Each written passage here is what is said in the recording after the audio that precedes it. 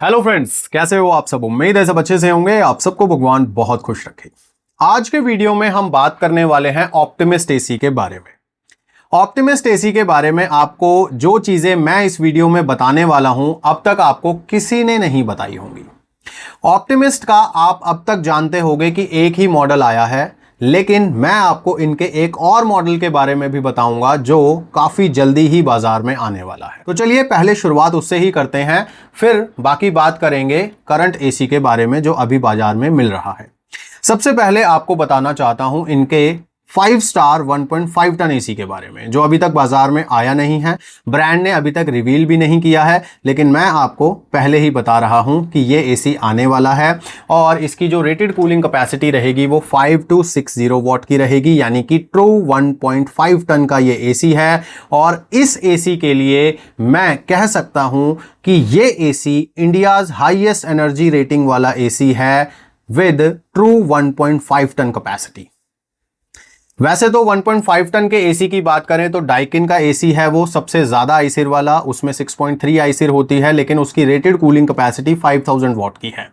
लेकिन ये AC 5260 what की कूलिंग कैपेसिटी के साथ आता है विद आईसिर 5.96, और इससे ज्यादा आईसिर रेटिंग वाला ट्रू 1.5 टन एसी इंडिया में मौजूद नहीं है। तो इसके लिए अगर आप कह देंगे कि इंडियाज हाईएस्ट एनर्जी रेटिंग, तो मैं मान लूंगा, लेकिन आपने 1.4 टन एसी के लिए भी ये बोल दिया है, वहां पे मैं वो मानने को तैयार नहीं हूं। इसीलिए मैंने एक शॉर्ट वीडियो भी बनाया था, लास्ट आपने देखा होगा। चलिए एनीवेज, इस एसी का मॉडल नंबर आप देख लीजिए, आपके स्क्रीन के ऊपर है। अब ये जब भी लॉन्च होगा मॉडल नंबर आपके सामने है, ये है वो एसी। और ऑब्वियसली प्राइस इसका 40,000 से ज्यादा ही रखेंगे, क्योंकि 40,000 में तो ये अपना 1.4 टन एसी बेच रहे हैं, तो इसका प्राइस होप्सो 45 के आसपास या 45 के आसपास मेरे हिसाब से रखेंगे। और जहां तक मेरा मानना है कि हार्डवेयर वगैरह जो है वो सेम ही रहेगा जो इस एसी में भी है। तो इस एसी के बारे में इतना ही अपडेट था, मैंने आपको दे दिया है। क्या आपको इस बारे में पता था पहले, मुझे कमेंट्स में ज़रूर बताइएगा। और अगर आप पूरी डिटेल से जानना चाहते हैं ऑप्टिमिस्ट के इस एसी के बारे में, क्या हार्डवेयर है, क्या स्पेक्स हैं इसके, क्या वारंटी डिटेल्स हैं, एल्यूमिनियम कंडेंसर है, लेना चाहिए नहीं लेना चाहिए, तो वीडियो में बने रहिए, क्योंकि बहुत डिटेल से पॉइंट टू पॉइंट यहाँ पर डिस्कस होने वाला है ऑप्टिमिस्ट एसी।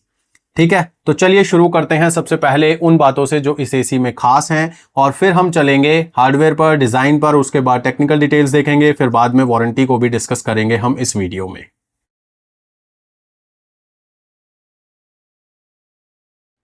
एसी के बारे में बताने से पहले आपको एक चीज क्लियर कर दूं कि ये प्रमोशनल वीडियो नहीं है। ओके, तो चलिए सबसे पहले बात करते हैं कुछ ऐसी चीजों की जो खास हैं इस एसी में। तो ऑप्टिमिस्ट एसी अगर आप खरीदेंगे तो आप उसका टेम्परेचर 20 डिग्री तक ही डाउन कर सकते हैं, उससे नीचे नहीं जाएगा। दूसरी चीज, इसमें आपको कोई कन्वर्टेबल कूलिंग मोड्स नहीं मिलते हैं, रिमोट के ऊपर ना कोई बटन है इस चीज के लिए। तो मुझे लगता है ऑटो कन्वर्टेबल टेक्नोलॉजी पर ही काम करेगा, जैसे डाइकिन या हिटाची के एसी करते हैं। अगर कन्वर्टेबल कूलिंग्स होती तो कंपनी उस चीज को हाईलाइट जरूर करती, लेकिन ऐसा कुछ कहीं पर दिख नहीं रहा है। तो मैं ऐसा मानकर चल रहा हूं कि ऑटो कन्वर्टेबल टेक्नोलॉजी पर ही काम करेगा इनका ये एसी। ओके, अब ये मेरा अपना मानना है। अगर आपके पास कोई ऐसी सूचना है या कोई ऐसा जानकारी है कि हाँ ये कन्वर्टेबल कूलिंग को सपोर्ट करता है, तो आप कमेंट्स में मुझे बता सकते हैं। उसके बाद इसमें एक ना दिक्कत यह है कि इसमें कॉपर का कंडेंसर कॉइल नहीं है, जिसके कारण इस एसी को लोग खरीदने से परहेज कर रहे हैं। अब इसमें ना दो चीजें हैं एसी में, एक ऐसी चीज है जो आपको एसी को खरीदने से रोक सकती है, और एक ऐसी चीज है जो इस एसी को खरीदने के लिए फोर्स कर सकती है। तो पहली चीज तो यही है, कॉपर कंडेंसर नहीं है, तो ये चीज आपको रोक सकती है इस एसी को खरीदने से, और रोक भी रही है, क्योंकि लोग लगातार कमेंट यही कर रहे हैं कि इसमें एल्यूमिनियम का कंडेंसर है तो ये बेकार एसी है। हम उसके बारे में भी बात करेंगे, लेकिन उससे पहले मैं बात करना चाहता हूं इसके कंप्रेसर की। तो इसमें लगा हुआ है dual rotary compressor, twin rotary compressor जिसको बोल सकते हैं आप, और 50 डिग्री सेल्सियस प्रूवन कूलिंग का दावा करते हैं ऑप्टिमिस्ट वाले। अब ये एम्बिएंट टेम्परेचर की बात कर रहे हैं, एनवायरमेंटल टेम्परेचर की बात कर रहे हैं, ये कहीं पर कहीं नहीं बताया गया है। ठीक है, तो अगर कंपनी के अनुसार इनका एसी 50 डिग्री सेल्सियस की गर्मी में भी कूलिंग कर सकता है, फिर तो ये वरदान नहीं हो गया उन लोगों के लिए जो बीकानेर में रहते हैं या फिर गर्म इलाकों में रहते हैं, उनके लिए तो ये वरदान नहीं हो गया। फिर क्या जरूरत है जनरल और मित्सुबिशी जैसे एसीज पर उनको इतने पैसे खर्च करने की, अगर ये 40,000 रुपए का एसी उनकी प्रॉब्लम सॉल्व कर सकता है तो मुझे ऐसा लगता है कि ब्रांड को क्लियर करना चाहिए ये 50 डिग्री सेल्सियस क्या है, एम्बिएंट टेम्परेचर है या इन्वायरमेंटल टेम्परेचर है। एनीवेज, उसके बाद ये एसी स्मार्ट एसी है, अच्छी चीज है, वाईफाई से चलेगा और होप सो इसमें वॉइस कंट्रोल्स भी आपको मिल जाएंगे। अगर वाईफाई है तो वो सारी चीजें भी मिलती ही हैं। इसका जो रिमोट कंट्रोल है ना वो काफी ज्यादा लिमिटेड कीज के साथ आता है, उस पर गिनती के 4 5 6 कीज हैं। उसके अलावा जितने भी फंक्शन हैं वो सारे मोबाइल ऐप के थ्रू आपको करने होंगे। और इस एसी में अच्छे फीचर्स हैं, जैसे कि इसमें आपको इलेक्ट्रिसिटी कंजम्पशन का मॉनिटरिंग मिल जाता है, सेल्फ क्लीनिंग का ऑप्शन है, इसमें फंक्शन है, यानी कि जो फ्रोस्ट क्लीनिंग होती है इंडोर यूनिट की जो कॉइल है उसकी, वो फंक्शन आपको इसमें मिलता है डाइकिन में, जिसको ड्यूक्लीन टेक्नोलॉजी कहा जाता है। पहले आइस जमती है कॉइल पर, उसके बाद वो मेल्ट होती है, फिर वो कॉइल सूखती है, तो ये प्रोग्राम इसके अंदर भी है। उसके बाद इसमें एक और फीचर है जिसको बहुत ज़्यादा हाईलाइट किया जा रहा है, वो है रेफ्रिजरेंट लेवल चेक। यानी कि इनके मोबाइल ऐप पर आप देख पाओगे कि आपके एसी में गैस का लेवल कितना है, पूरा है, थोड़ा लो है, या फिर है ही नहीं गैस, यानी कि वो सारी चीज़ें आपको ये एसी खुद बता देगा। ये एक 20 मिनट्स का प्रोग्राम है, जैसे ही आप वो बटन प्रेस करते हो रेफ्रिजरेंट लेवल चेक वाला, तो एक 20 मिनट्स का प्रोग्राम चलेगा। 20 मिनट के बाद आपके पास रेफ्रिजरेंट का रिपोर्ट आ जाएगा, रेफ्रिजरेंट लेवल का रिपोर्ट आ जाएगा मोबाइल ऐप के ऊपर ही। अब इसका मेरे हिसाब से इसमें एक और फीचर दिया जा सकता था, मतलब इसमें नहीं, वो सभी एसीज में होना चाहिए, जैसा मैं मानता हूं कि एक इंटीग्रेटेड गेज लगा देनी चाहिए। प्रेशर गेज जो होती है, जो सुई होती है, प्रेशर बताती है, जो वो लेके आते हैं एसी टेक्नीशियन गैस चेक करने के लिए, क्यों ना वो एसी के अंदर इंटीग्रेट कर दी जाए आउटडोर यूनिट पर ही, यानी कि हमेशा जो भी गैस का प्रेशर है वो दिखता रहे हमें। हो सकती है ना ये चीज, ये ब्रांड्स को जरूर करनी चाहिए। मुझे लगता है ये जो refrigerant level check, gas leak detector वगैरह जो फीचर डाल देते हैं ये, उनसे तो वो बहुत अच्छी चीज़ है, क्योंकि उसको तो देखते ही पता लग जाएगा बंदे को कि भाई प्रेशर कम हो रहा है, इसका मतलब गैस में कोई ना कोई प्रॉब्लम है।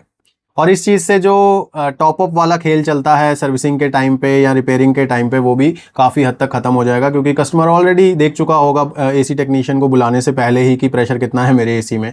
तो मुझे लगता है कि ये करना चाहिए ब्रांड्स को, बट करेंगे नहीं ना, आपको पता है सर्विस का फिर पैसा नहीं कम होने लगेगा। चलो एनीवेज, फीचर्स की बात करें तो फिल्टर क्लीन नोटिफिकेशन इसमें है, और टाइमर सेटिंग, शेड्यूल सेटिंग वगैरह आप कर सकते हो, वो तो मोबाइल ऐप के थ्रू आप कर ही सकते हो सारी चीज़ें। तो मोबाइल ऐप में मेन जो चीज़ें हैं वो इलेक्ट्रिसिटी कंजम्पशन मॉनिटरिंग है, सेल्फ क्लीनिंग है और रेफ्रिजरेंट लेवल चेक का फीचर है। ओके, अब इसमें हार्डवेयर की अगर बात करें तो कॉइल्स पर आते हैं, क्योंकि मेन पॉइंट है। अब इवेपोरेटर कॉइल की बात करें तो वो कॉपर की है, ट्यूब्स जो हैं वो कॉपर की हैं, उनके ऊपर फिन्स जो हैं वो एल्यूमिनियम की हैं, और उनके ऊपर जो कोटिंग है वो ब्लू फिन है, यानी ब्लू फिन कोटिंग के साथ फिन्स आने वाली हैं। और इवेपोरेटर कॉइल कॉपर की इसको बोलते हैं हम। अब इसका जो साइज है इंडोर यूनिट का वो काफ़ी बड़ा है, अप्रॉक्स 42 इंचेस का इंडोर यूनिट है, बहुत बड़ा इंडोर यूनिट है, जैसे डाइकिन के पुराने पहले एसी आया करते थे उतना बड़ा इंडोर यूनिट है। और बड़ा इंडोर यूनिट बेहतर होता है एनर्जी एफिशिएंसी के मामले में, ये मैं आपको बहुत सालों से अपने वीडियोज़ में बताता आया हूँ कि जिस भी एसी का इंडोर यूनिट बड़ा होता है वो एसी बेहतर होता है कूलिंग के मामले में भी और एनर्जी एफिशिएंसी के मामले में भी। और आप देखेंगे डाइकिन ने भी अब जो अपने नए एसी निकाले हैं उनमें इंडोर यूनिट को बड़ा कर दिया है दोबारा से। क्यों? क्योंकि सेम एसी से ही अच्छी एफिशिएंसी लेने के लिए उन्होंने इंडोर यूनिट को बड़ा कर दिया है। तो आप समझ सकते हो कि इंडोर यूनिट बड़ा होने से कूलिंग एक्सपीरियंस भी अच्छा हो जाता है और बिजली की भी बचत होती है। और यही चीज़ ऑप्टिमिस्ट एसी वालों ने भी अपने एसी में अपनाई है और इंडोर यूनिट काफ़ी बड़े साइज़ का दिया है। और बड़े साइज़ का इंडोर यूनिट रूम में लगा हुआ भी बहुत अच्छा लगता है। छोटा सा लगा होता है ना तो वो देखने में अच्छा नहीं लगता है, बड़े साइज़ का होता है तो वो काफ़ी अच्छा लगता है, अपीलिंग लगता है। अब आते हैं हम कंडेंसर कॉइल पर, और यही वो पॉइंट है जो आपको एसी खरीदने से रोक सकता है, क्योंकि इसके अंदर जो कंडेंसर कॉइल लगा गया है वो एल्यूमिनियम का है, जिसको एलॉय भी कहते हैं, और माइक्रो चैनल उसकी टेक्नोलॉजी है। सबसे मेन जो बात है वो ये है कि जो कॉइल है वो सीधी नहीं है, यानी छोटी कॉइल नहीं है, कॉइल बड़ी है एल टाइप में। ये एक अच्छी चीज़ है कि बड़ी कॉइल लगाई गई है। दूसरी चीज ये है कि माइक्रो चैनल टेक्नोलॉजी वाली लगाई गई है। जो गाड़ियों में होती है कॉइल वो भी माइक्रो चैनल टेक्नोलॉजी वाली होती है, तो ये भी एक अच्छी चीज है कि अच्छी टेक्नोलॉजी वाली कॉइल लगाई गई है। अब बात करते हैं एल्यूमिनियम की कॉइल लगाई गई है, तो उसमें क्या दिक्कत है। एल्यूमिनियम की कॉइल होने से क्या एसी कूलिंग नहीं करता है? ये बिल्कुल गलत है। एसी कूलिंग करता है, अच्छी कूलिंग करता है, कोई प्रॉब्लम नहीं आती है, लेकिन सबसे बड़ी प्रॉब्लम आती है सर्विसिंग के टाइम पे, रिपेयरिंग के टाइम पे और मेंटेनेंस के टाइम पे। एल्यूमिनियम कंडेंसर कॉइल वाले जो एसी होते हैं वो सस्ते मिलते हैं, उसका कारण हो सकता है मेटल का कॉस्ट, लेकिन एल्यूमिनियम वाले जो एसी हैं वो लोग खरीदते नहीं हैं, मैकेनिक्स भी मना करते हैं। मैं भी आपको कितनी वीडियोस में बोल चुका हूं कि कॉपर वाला ही लीजिए। उसके पीछे कारण ये होता है कि अगर वो लीक हुआ तो रिपेयरेबल नहीं होता है, वो उसको रिप्लेस ही करना पड़ता है और रिप्लेसमेंट कॉस्ट बहुत ज्यादा आती है, इसीलिए आपको मना किया जाता है। और आप सब जानते हो पहले सारे ब्रांड्स ने एल्यूमिनियम कंडेंसर इंडिया में ऑफर करके देख चुके हैं वो, उसके बाद जब लोग खरीदते नहीं हैं तो वापस अब सारे ब्रांड्स उस पे आ गए हैं, कॉपर पे। सैमसंग ने तो 2020, 21, 22 तक भी एल्यूमिनियम कंडेंसर वाला जो एसी है वो ऑफर किया है, बट लोगों ने नहीं स्वीकार किया भाई। लोगों ने मतलब इंडिया में परसेप्शन बना हुआ है कि कॉपर इज बेस्ट। अब उसका कारण क्या है? क्योंकि जो लेजेंड ब्रांड्स हैं जैसे डाइकिन है, हिटाची है, जनरल है, मित्सुबिशी इलेक्ट्रिक है, इनमें तो आपने कभी देखा ही नहीं होगा एलॉय का या एल्यूमिनियम का कंडेंसर। तो जब मास्टर्स कॉपर यूज कर रहे हैं तो परसेप्शन बनना ही है, और कॉपर नो डाउट बेटर होता ही है हीट कंडक्टर के मामले में। तो कॉपर पर अगर सारे ब्रांड्स आ रहे हैं तो ये अलग राह क्यों चुन रहे हैं? हो सकता है कि ये भी कुछ साल बाद वापस कॉपर पे ही आ जाएं, क्योंकि मार्केट में अगर सस्टेन करना है तो परसेप्शन के साथ ही चलना होगा। आप ठीक है प्राइस कंपेटिटिव दे रहे हो, 40,000 रुपए में आप 6.05 आईसीर वाला एसी दे रहे हो, ये बहुत ये बहुत बड़ी बात है, लेकिन मार्केट परसेप्शन का क्या करोगे? कंज्यूमर परसेप्शन का क्या करोगे? वो तो नहीं चेंज हो पाएगा। तो यहां पर एक बड़ा चैलेंज जरूर इनको देखने को मिलेगा। हाँ, अगर आप किसी नॉर्मल सिटी में रहते हो जहां पर टेम्परेचर ज्यादा नहीं जाता है तो you can go with this. अब इसमें एक अच्छी चीज है, वो मैं वारंटी वाले पार्ट में आपको बताऊंगा, बट अगर आप किसी बहुत ज्यादा गर्म इलाके में रहते हो तो आप इसे अवॉइड कर सकते हो, ठीक है। और सर्विस वाला पॉइंट तो हमेशा रहेगा। और अगर आप मान लो किसी 2 टियर सिटी में रहते हो तो वहां आपको सर्विस कैसी मिलेगी, कैसी नहीं मिलेगी, स्पेयर पार्ट्स की अवेलेबिलिटी रहेगी नहीं रहेगी, ये भी एक सोचने का विषय है, क्योंकि ये नया ब्रांड है। मान लो 2 साल बाद ये भी कॉपर देने लगे तो अगर आपका कंडेंसर 3 साल बाद 4 साल बाद लीक हो गया तो कहां से मिलेगा वो पार्ट? ये भी तो सोचना पड़ेगा ना। तो मार्केट में क्योंकि मिलते भी नहीं है इजीली, फिर वो लोग कॉपर जिनके, ये चीज तो मैं आपको प्रैक्टिकली बता रहा हूं जो मैंने अपनी आंखों से देखी हुई है। अगर आपके साथ भी कुछ ऐसा हुआ है तो आप कमेंट्स में मुझे बताइएगा। एल्यूमिनियम कंडेंसर वाले जो एसी होते हैं लोग कई बार ले लेते हैं जानकारी के अभाव में, और वो जब खराब हो जाते हैं तो उनमें कॉपर के कंडेंसर कॉइल लगाने पड़ते हैं फिर, क्योंकि मार्केट में तो मिलता नहीं है एल्यूमिनियम वाला, और मिलता भी है तो लोग फिर लगवाते नहीं है, या फिर टेक्नीशियन ही मना कर देता है कि मत लगवाओ इसको, तो कॉपर ही लगाते हैं फिर वो उसमें, क्योंकि कॉपर की जो कॉइल्स हैं वो इजीली मिल जाती हैं बाजार में।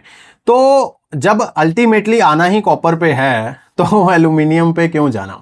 ऑल्दो एलॉय का कंडेंसर ठीक होता है क्योंकि गाड़ियों में लगा होता है, कोई दिक्कत नहीं है, कोस्टल एरियाज में भी गाड़ियां चलती ही हैं तो कोई दिक्कत नहीं है। अगर अच्छी क्वालिटी की कोटिंग उस पर हो रखी हो तो लॉन्ग लाइफ वो भी चलता है, बट प्रॉब्लम सर्विस में आती है और आती ही आती है।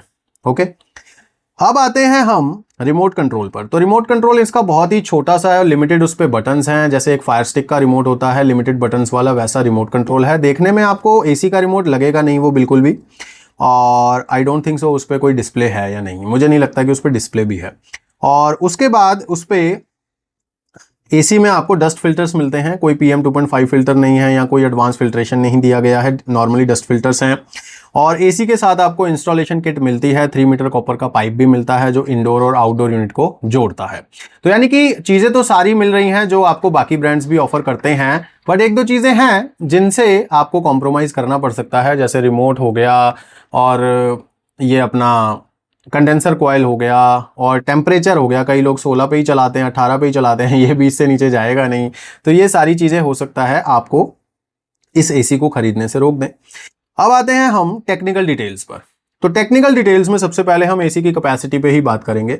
तो 1.4 टन का ये एसी है जो ये बताते हैं। इसकी जो कूलिंग कैपेसिटी है वो 4850 वॉट की है, रेटेड कूलिंग कैपेसिटी, जिसके हिसाब से इसका एक्चुअल टनेज 1.38 टन बनता है। कंपनी के अनुसार हमारा एसी 1.9 टन तक चला जाता है, हमारा मतलब इनका, मेरा नहीं तो 1.9 तक 9 टन तक चला जाता है, लेकिन इन्होंने वॉट्स में नहीं बताया कि कूलिंग कैपेसिटी कितनी चली जाती है। वो फिर हमने निकाला है, क्योंकि कंपनी कहती है कि जो कूलिंग कैपेसिटी है वो 135% तक एक्सपैंड हो जाती है। तो 135% तक एक्सपैंड हो जाती है, तो कैलकुलेशन करके मैंने निकाल लिया। 4850 को माना 100% और उसमें 35% और एक्स्ट्रा ऐड किया, तो टोटल जो कैपेसिटी बनी वो 6547 वॉट्स के आसपास बनी, जिसका एक्चुअल टनेज बना 1.86 टन। तो ठीक है, 1.9 टन बोल रहे हैं, लेकिन क्या इतनी एक्सपेंशन हो जाएगी, ये एक बड़ा सवाल है। उसके बाद अगर एक्सपेंशन हो गई तो पावर कंजम्पशन कहां जाएगी, फिर वो आईसीआर वैल्यू कहां जाएगी जिसका क्लेम किया जा रहा है इतना ज्यादा, क्योंकि जब हाई कैपेसिटी पर चलेगा तो पावर कंजम्पशन भी तो बढ़ेगा। एनीवेज, रेटेड पावर कंजम्पशन की अगर बात करें तो जो लोड ले रहा है एसी वो 1070 वॉट के आसपास ले रहा है, यानी 100% से जब कूलिंग कर रहा होगा तो 1070 वॉट के आसपास कर रहा होगा। और इसका एनुअल एनर्जी कंजम्पशन, जिसको सीजनल एनर्जी कंजम्पशन भी बोलते हैं, वो 620 यूनिट्स के आसपास बताया जाता है। तो काफी एनर्जी एफिशिएंट ये एसी है। अगर आप किसी ऐसे इलाके में लगाएंगे जहां पर टेम्परेचर 40 से ऊपर ही नहीं जाता तो बहुत अच्छी एनर्जी एफिशिएंसी आपको मिलने वाली है। लेकिन अगर आपने किसी ऐसे एरिया में लगा लिया जहां पर टेम्परेचर 45, 46, 48 चला जाता है, तो वहां पर फिर ये अपनी कैपेसिटी को इंक्रीज करके ही तो आपके कमरे को कूल कर पाएगा ना। तब आपको एनर्जी एफिशिएंसी के साथ कॉम्प्रोमाइज करना पड़ेगा, और वो इस एसी में नहीं करना पड़ेगा, दुनिया के किसी भी एसी में करना पड़ेगा, क्योंकि जब कूलिंग की रिक्वायरमेंट ज्यादा होगी तो कंप्रेसर को हाई स्पीड पर चलना पड़ेगा, जिससे पावर कंजम्पशन बढ़ जाएगा, यानी कि एक्सपेंडेबल मोड में चलना पड़ेगा तो पावर कंजम्पशन बढ़ जाएगा। अब ये क्योंकि इन्वर्टर एसी है तो इसमें वर्किंग वोल्टेज रेंज भी तो होना चाहिए, स्टेबलाइजर फ्री जिसको बोलते हैं, लेकिन ऐसा कुछ तो ये बोल ही नहीं रहे हैं, ना कहीं बता रहे हैं कि हमारा एसी स्टेबलाइजर फ्री है या नहीं है। तो स्टेबलाइजर फ्री है या नहीं वो एक अलग मैटर है, लेकिन वर्किंग वोल्टेज रेंज इस एसी में है या नहीं वो एक अलग चीज है। तो इन्वर्टर एसी है तो वर्किंग वोल्टेज रेंज भी जरूर होगा, लेकिन कंपनी ने लोअर साइड का रेंज नहीं बताया है, हायर साइड का जरूर बता दिया है 290 वोल्ट। यानी कि अगर आपके यहां पर 290 वोल्ट से सप्लाई हाई वोल्टेज आती है तो आपका एसी कोई दिक्कत नहीं है, चलता रहेगा, लेकिन लोअर रेंज डिस्क्लोज नहीं करी है। तो मेरा मानना यह है कि अगर आप ऑप्टिमिस्ट का एसी खरीदने जा रहे हो तो साथ में एक अच्छी क्वालिटी का वोल्टेज स्टेबलाइजर भी खरीद लेना। ओके, अब आते हैं हम नॉइस लेवल्स पर। तो नॉइस लेवल्स इस एसी के 32 dB हैं लो स्पीड के ऊपर, और उसका कारण है बड़ा इंडोर यूनिट। जितना इंडोर यूनिट बड़ा होता जाएगा उतनी नॉइस भी थोड़ी बढ़ती चली जाती है, लेकिन 32 dB भी काफी ठीक है, क्योंकि जिस हिसाब से इंडोर यूनिट का साइज है तो 32 dB ठीक है, कोई प्रॉब्लम नहीं है। अब हम आते हैं वारंटी पर, क्योंकि अब यहां पर एक ऐसा पॉइंट है जो आपको इस एसी को खरीदने के लिए प्रेरित कर सकता है या फिर फोर्स कर सकता है। कंपनी के अनुसार 5 इयर्स की कंप्लीट वारंटी है। कंप्लीट वारंटी है यानी कि कंप्लीट वारंटी है, उस चीज की भी वारंटी है जो आप सोच रहे हो, और ये मैं नहीं कह रहा, ब्रांड खुद कह रहा है। 5 साल के लिए जितने भी मेजर कंपोनेंट्स हैं वो सारे के सारे कवर हैं, जिसमें मोटर्स हैं, पीसीबीज हैं, या कंप्रेसर है, कॉइल्स हैं, फैन मोटर्स हैं, कैपेसिटर्स हैं, everything is covered in 5 years warranty. और 5 साल की वारंटी गैस लीकेज के ऊपर भी है। तो अगर आप किसी कोस्टल एरिया में रहते हैं या आप किसी ऐसे इलाके में रहते हैं, जैसे नोएडा में रहते हैं जहां पर बड़ा नाला बहता है, वहां पर गैस लीक की प्रॉब्लम बहुत ज्यादा है, तो आप ऑप्टिमिस्ट के इस एसी को जरूर ऑप्ट कर सकते हैं। क्यों? क्योंकि 5 साल की वारंटी आपको जो दी जा रही है गैस चार्जिंग की, वो एक बहुत इंपॉर्टेंट पॉइंट है इसका। क्योंकि आप सब जानते हो, एक बार अगर गैस डलवानी हो एसी में तो 4000 रुपए से भी ज्यादा अब लगने लगे हैं, क्योंकि कॉस्ट बहुत ज्यादा बढ़ गई है रेफ्रिजरेंट की। 3000 तो पिछले साल का रेट था, ठीक है, तो 4000 रुपए। और जो लोग एक्चुअली रहते हैं उन इलाकों में जहां पर ये प्रॉब्लम आती है, हर साल का काम है गैस डलवाना और 2 या 3 साल बाद कॉइल चेंज करवाना। तो ऐसे में उन लोगों के लिए ये एसी एक बहुत अच्छी चीज है, क्योंकि इसमें कंपनी गैस चार्जिंग की वारंटी दे रही है। तो ये चीज आपको कंसीडर करनी चाहिए अगर आप गैस लीकेज जैसी प्रॉब्लम से परेशान हैं। बट इस चीज़ को भी आपने ध्यान में रखना है जो मैंने पहले बताई है कि ब्रांड नया है, वारंटी कैसी दे पाएगा, सर्विस कैसी दे पाएगा, पार्ट्स अवेलेबिलिटी कैसी रहेगी, ये सारी चीज़ें भी आपको कंसीडर करनी होगी। तो मेरा मानना तो ये है कि आप इस एसी को अगर खरीदने वाले हैं तो पहले ऑप्टिमिस्ट के जो नंबर्स हैं उन पर कॉल करके इन सारी चीज़ों को चेक कीजिए, आपके एरिया में अवेलेबिलिटी चेक कीजिए सर्विस की, उसके बाद ही इसको खरीदिए। ओके। और कंप्रेसर जो ड्यूल रोटरी कंप्रेसर इसमें लगाया गया है उसकी वारंटी 10 साल की है, यानी ओवरऑल वारंटी जो है वो 5 साल की है और कंप्रेसर की वारंटी 10 साल की है। प्राइस की अगर बात करें, क्योंकि प्राइस भी बहुत इंपॉर्टेंट हो जाता है, प्राइस जो दिखाया जा रहा है, बताया जा रहा है वो है 39,999, यानी कि अंडर 40,000 में आपको ये एसी मिलता है। लेकिन if you have HDFC card तो आप इसे Amazon पे खरीद सकते हैं डिस्काउंट पर 37,000 समथिंग कुछ में ये मिल जाएगा आपको if you have HDFC card, और कोई भी ऐसा कार्ड जिस पर ये ऑफर आपको मिल सकता है, आप उसे अप्लाई करके इस एसी को डिस्काउंट पे खरीद सकते हैं। इंस्टॉलेशन कॉस्ट 1500 प्लस GST रहेगा। Installation cost slightly higher side पे है क्योंकि 1200 प्लस GST नॉर्मली चलता है, इनका 1500 प्लस GST है। स्टैंड वगैरह लगेगा, बाकी क्या खर्चा रहेगा वो सारी लिस्ट आपके स्क्रीन के ऊपर आप देख रहे हो। तो थोड़ा सा सर्विस कॉस्ट जो है मैं देख पा रहा हूं वो हायर साइड पे है स्लाइटली। बाकी ब्रांड्स में 100 200 रुपए कम होता है, इसमें 100 200 रुपए ज्यादा रखा गया है सब कुछ को। तो ये चीजें भी हैं, बट चलो ये तो वन टाइम कॉस्ट होती है, बंदा बियर कर लेता है जैसे तैसे करके। बट मेन होता है आफ्टर सेल्स सर्विस, तो वो तो अब एसी जब लोग यूज करेंगे, खरीदेंगे, उसके बाद ही रिस्पॉन्सेज आएंगे। बाकी इंस्टॉलेशन वगैरह जो है वो जहां तक मैं सुन पा रहा हूं कि इंस्टॉलेशन टीम बड़ी प्रॉम्प्ट है, फटाफट आपका एसी हो जाता है इंस्टॉल 1-2 दिन में ही। जबकि बाकी ब्रांड्स के जो इंस्टॉलेशन हैं वो काफ़ी डीले चल रही हैं, जो specially 5 year comprehensive warranty offer कर रहे हैं, लाइक वोल्टास, गोदरेज, इस तरह के एसी जो हैं 5-5 6-6 दिन लोग आ ही नहीं रहे हैं इनको इंस्टॉल करने के लिए, क्योंकि वारंटी जो है ना वो आपको तभी मिलती है जब आप ब्रांड से कराते हो इंस्टॉलेशन, और वो चीज़ इसमें भी रहेगी। बट स्टिल अब ये नया ब्रांड है तो अच्छी सर्विस ऑफर कर रहा है, बट देखा जाएगा जो आगे आने वाला समय है वो कैसा रहेगा। तो अगर आपको ऑप्टिमिस्ट एसी खरीदना है तो एक चीज़ अच्छी है, 5 ईयर की कंप्लीट वारंटी मिलती है।